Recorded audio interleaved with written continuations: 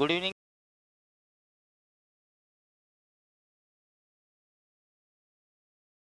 First lesson रहीम के दोहे। रहीम का असली नाम है अब्दुल खान खन्ना। उनके पिताजी का नाम है बैरम खां, जो अकबर के संरक्षक थे, प्रोटेस्टर। वे हज यात्रा में गए थे। जैसे हिंदू लोग काशी, गया, प्रयाग तीर्थ यात्रा में जाते हैं, वैसे बैरम खां भी हज यात्रा में गए थे, पर वे हज यात्रा से वापस नहीं आए। इसीलिए रहीम बचपन से अकबर के महल में रहे। अकबर के महल में शानो शौकत में रहने के बाद भी वे आम लोगों की ज़िंदगी से जुड़े हुए थे। इसलिए वे अपने दोहे में आम लोगों की ज़िंदगी से जुड़े हुए सुख दुख आदि में शामिल थे। आज उनके दोहे में उनका जो सार तत्व है, मानव जीवन की पीड़ा, मानव जीवन की रहन सहन, खान पान आदि से जुड़े हुए बातों को वे अपनी दोहे में लिखे हैं। आज हम रहीम के दोहे शुरू करते हैं। पहला दोहा ईश्वर से जुड़ा हुआ है। सुनिए। ते रही मन अपुनो किन्हीं चारू चकोर, निसी बासर लगी रहे कृष्णचंद्र की ओर। चकोर, चारू मतलब सुंदर। चकोर एक पक्षी जो चांद के प्रेमी है। वे कहते हैं ते रही मन अपुनो, अर्थात रे मनुष्य, तेरा मन उस सुंदर चकोर पक्षी की तरह है। जिस पक्षी का मन हमेशा चांद में लगा रहता है, क्योंकि चकोर चांद का प्रेमी है।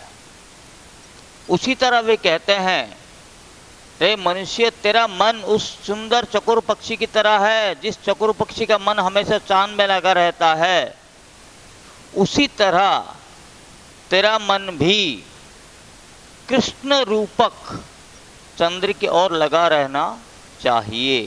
अर्थात तेरा मन कृष्ण में लगा रहना चाहिए। अर्थात जो कहते हैं चांद को चांद पर गुरूर है, चांद को चांदनी पर गुरूर है। उस चांद को, उस चांद पे गुरूर है, पर मैं किस पर गुरूर करूं? मेरा चांद तो जिससे दूर है। अर्थात हमेशा हमें हमारा मन कृष्ण रूपक चंद्र की ओर लगा रहना चाहिए। अब दूसरा दोहा। रहीमान धागा प्रेम का मत तोड़ो छिटकाए, टूटे फिर से ना मिले, मिले गांठी परी जाए।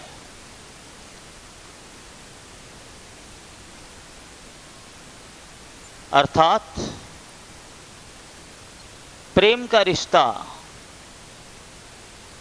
हमेशा दिल से होता है, और दिल नाजुक होता है। तो रहीमन का कहना है प्रेम का धागा जो अत्यंत नाजुक है, इसको छिटका कर तोड़ो मत।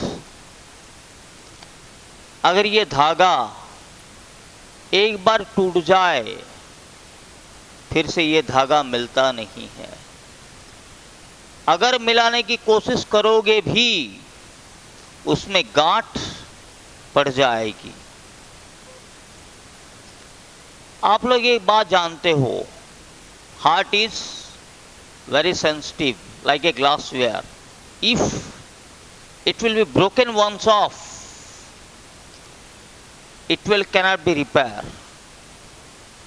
So handle it with very care. इसलिए रहमान कहता है प्रेम का धागा अत्यंत नाजुक है, इसके साथ छेड़खानी करके इसको तोड़ो मत। अगर ये धागा एक बार टूट जाए फिर ये धागा जुड़ता नहीं है, अगर जुड़ता भी है इसमें गांठ पड़ जाती है। अर्थात if someone will cheat you, you cannot trust him.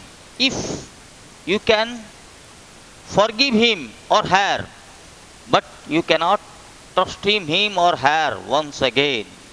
अर्थात प्रेम का रिश्ता अत्यंत नाजुक है, इसको तोड़िए मत।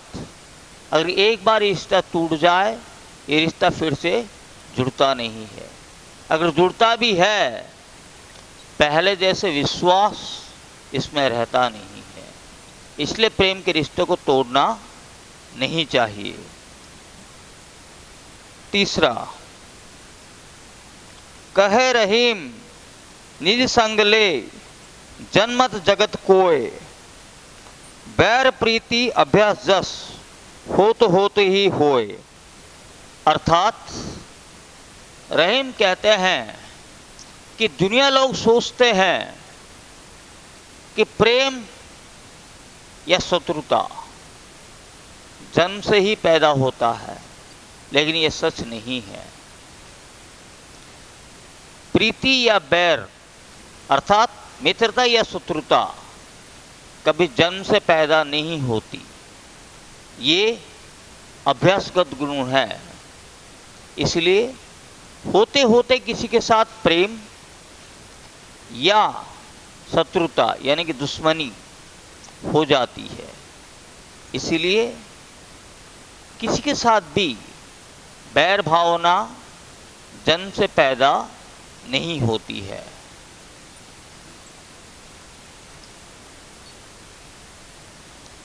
अब चौथा वाला, कहे रहीम संपत्ति सगे बनत बहुत बहुरीत, विपत्ति कसोटी जे कसे ते ही सच्चे मीत। भरी जेब से दुनिया की पहचान हुई और खाली जेब से अपनों की। किसने सही कहा है,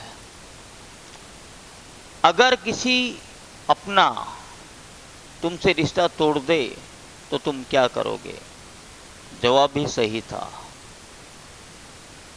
अगर किसी ने हमसे रिश्ता तोड़ दिया वो कभी अपना था ही नहीं, और जो गरीबी के समय हमसे रिश्ता जोड़ा वही सच्चा अपना है। अर्थात जब हमारा जेब भरा रहती है सभी सगे संबंधी रिश्ते नात मित्र बंधु सब जुड़ जाते हैं, लेकिन सच्चा मित्र वही है जो विपत्ति के कसौटी में कसे। अर्थात विपत्ति के समय जो हमारे काम आता है वही हमारा सच्चा मित्र होता है। पैसे के समय तो सभी अपने बन जाते हैं, लेकिन विपत्ति के समय जो हमारा साथ देता है वही सच्चा मित्र कहलाता है।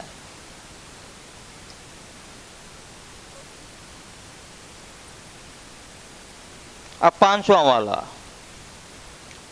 चिंता दहती निर्जीव को चिता जीव समेत, रहीम कठिन चिंता ते चिंता को जीव चेत चित्त चेत। अर्थात चिंता और चिता दोनों एक दूसरे के परिपूरक है। चिता जो इंसान मरने के बाद आग में जलाया जाता है, और चिंता जो इंसान को जलाती है। लेकिन रहम के अनुसार चिता से भी कठोरदायक है, क्योंकि चिता सिर्फ निर्जीव को जलाती है, परंतु चिंता सजीव इंसान को जला देती है। इसलिए चिंता चिता से भी अधिक खतरनाक है। इसलिए चिंता से बचे रहिए। नेक्स्ट दोहा।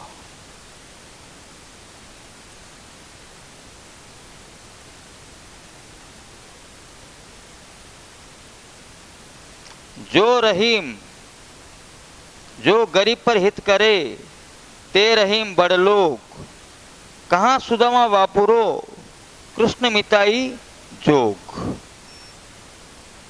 मित्र, मित्र वही होते हैं जो सही समय पर काम आते हैं। रहीम का कहना है, बड़ा आदमी वो नहीं जो जिसके पास ज्यादा संपत्ति है, बड़ा आदमी वही है जो गरीब का हित करता है। जैसे कहते हैं, दर्द तुम्हारे दिल में हो तो आंसू हमारे आंखों में होती है। दर्द तुम्हारे दिल में हो तो आंसू हमारे आंखों में होती है। मुस्कान तेरे चेहरे पर हो तो खुशी हमारे दिल में होती है। जरा महसूस करके तो देख मेरे यार, दोस्ती ऐसे ही होती है। अर्थात बड़ा आदमी वो नहीं जिसके पास धन होता है, बड़ा आदमी वही है जो गरीबों की सहायता करता है। तर्क देते हुए रहीम कहते हैं,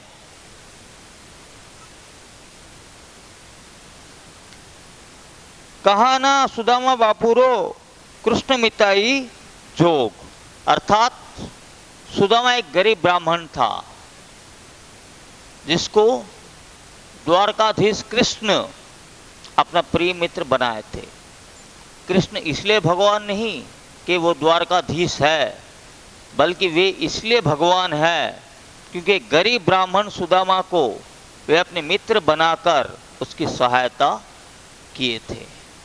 इसीलिए जो गरीब का हित करता है वही बड़ा आदमी कहलाता है। अब चलते हैं उसके बाद के जोहे को।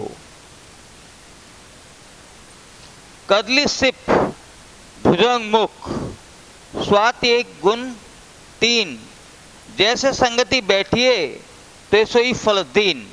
Impact of company. If you have good company, it has good impact. If you have bad company, it has bad impact. अर्थात जैसे संगति में बैठोगे वैसा ही तुम्हारा चरित्र बनेगा, वैसा ही तुम्हें फल मिलेगा। इसलिए रहीम कहते हैं,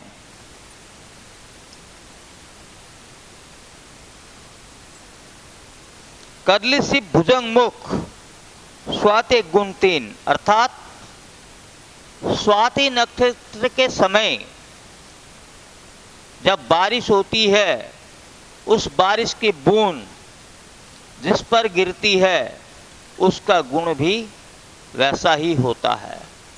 अर्थात स्वाति नक्षत्र के समय अगर बारिश की बूंद कदली पर गिरे यानी कि केले पर गिरे तो वो कर्पूर बन जाती है। सिप पर गिरे तो वो, सिप मतलब एक्वाटिक सेल, सिप पर गिरे तो वह मोती बन जाती है। भुजंग मुख यानी कि सांप, सांप के मुंह पर गिरे तो वह जहर बन जाती है। अर्थात तुम जैसे लोगों के साथ रहोगे तुम्हारा गुण भी वैसा ही होगा। फॉर एग्जाम्पल, आज जो बच्चे 220 बाइक 150 स्पीड में चलाते हैं, ये माँ बाप नहीं सिखाते हैं, ये संगति का ही दोष है। इसलिए जैसा संगति में रहोगे वैसा ही फल तुम्हें मिलेगा। अच्छे संगति में रहोगे तो अच्छा फल मिलेगा, बुरे संगति में रहोगे तो बुरा फल मिलेगा। इट्स द इम्पैक्ट ऑफ और कंपनी और फ्रेंड्स। चाह गई चिंता मिटी, मनुआ बेपरवाह, जिनको कछु ना चाहिए वे सहन के चाह। बुद्धदेव ने कहा था, चाहती दुख का कारण है। आप अगर कुछ चाहते हो, अगर वो चीज आपको नहीं मिली तो आप दुखी हो जाओगे। एक एग्जाम्पल देता हूं। एक बार एक कौवा बुद्ध के पास आया था। उसने कहा कि प्रभु, मुझे अपने शरण में ले लीजिए। बुद्ध ने पूछा क्यों? उसने कहा, इतने सारे पक्षी मुझे मारने के लिए मेरे पीछे आ रहे हैं। बुद्ध ने देखा उस कौवे की चोंच में एक चूहा था। बुद्ध ने कहा, बेटा उस चूहे को छोड़ दे, वो पंछी तुझे छोड़ देंगे। कौवे ने चूहे को छोड़ दिया, वो सारे पंछी चले गए। तब बुद्ध ने समझाया कि वो सारे पंछी तुझे मारने के लिए नहीं आ रहे थे। जिस चूहे को तूने पकड़ा था उस चूहे के लिए आ रहे थे। तूने चूहे को छोड़ दिया, पंछी तुझे छोड़ दिया। अर्थात जब तुम चाहत छोड़ दोगे तो दुख भी तुम्हें छोड़ देगा। इसलिए कहते हैं, चाह गई चिंता मिटी, मनुआ बेपरवाह। अर्थात चाहत निकल जाने से मनुष्य की चिंता भी मिट जाती है और मन बेपरवाह अर्थात मन बेफिक्र हो जाता है। जिनको कछु ना चाहिए वे सहन के सहा। अर्थात जिस मनुष्य को कुछ भी नहीं चाहिए, जिसके अंदर कोई भी चाहत ना हो, वो बेपरवाह और सहन के सहा अर्थात बादशाहों के बादशाह जैसे बन जाता है।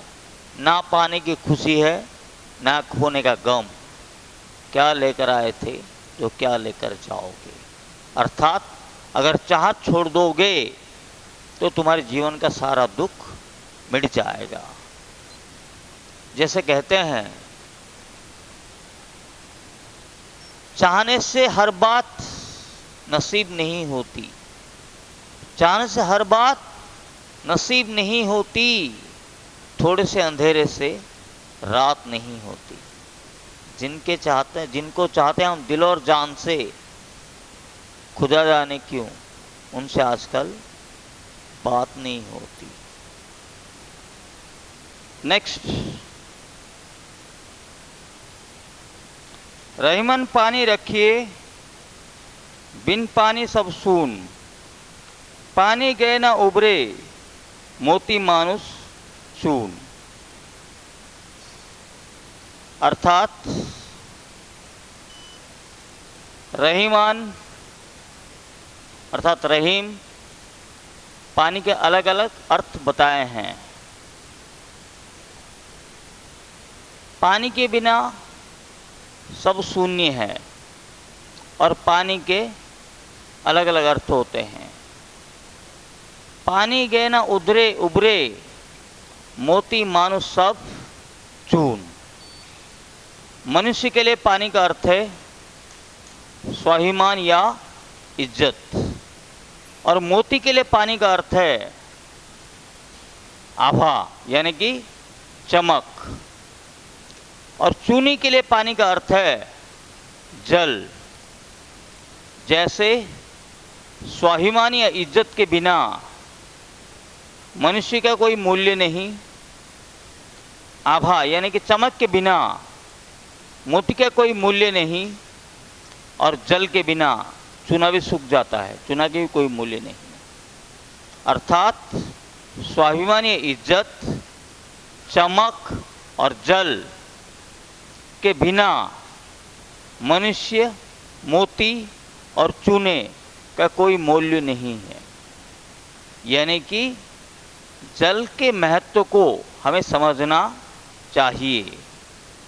स्वाभिमान, इज्जत, चमक और जल के बिना मोती, मनुष्य और चूना, इन तीनों का कोई मूल्य नहीं है। इसलिए पानी को संभाल कर रखना चाहिए। अब चलते हैं नेक्स्ट दोहे पर। अब देखते हैं समय। समय पाए फल होते हैं, समय पाए झरी जाए, सदा रहे नहीं 181 का रहीम पछताए। वक्त से पहले किस्मत से ज्यादा किसी को कुछ नहीं मिलता। जैसे अब सर्दी के मौसम में अगर हम आम चाहें तो आम नहीं मिलेंगे। उसी तरह गर्मी के बाद भी आम पेड़ पर नहीं रहेंगे। मौसम के अनुसार प्रकृति बदलती है और प्रकृति के अनुसार फल भी हमें मिलते हैं। अर्थात एक ही समय कभी एक जैसा नहीं रहता है। मौसम के अनुसार पेड़ पर फल लगते भी हैं और मौसम के बाद फल पेड़ से झड़ भी जाते हैं, यानी कि झड़ भी जाते हैं। इसका मतलब यही हुआ कि समय पर ही फल पेड़ पर लगते हैं और समय पर ही फल पेड़ से झड़ भी जाते हैं। एक दीवार पर एक सेंटेंस लिखा गया था जिसे सुखी आदमी पढ़ता था तो दुखी हो जाता था और दुखी आदमी पढ़ता था तो सुखी हो जाता था। वो सेंटेंस था, ये पल भी बीत जाएगा। इसका मतलब यही हुआ, हमेशा एक जैसा समय नहीं रहता। आज अगर सुख है कल दुख भी आएगा, आज अगर दुख है तो कल सुख भी आएगा। इसीलिए अगर हमेशा एक ही समय स्थिर नहीं रहता है, इसलिए किसी भी अवस्था पर हमें दुख नहीं करना चाहिए, पश्चाताप नहीं करना चाहिए, क्योंकि हमेशा अवस्था बदलते रहते हैं।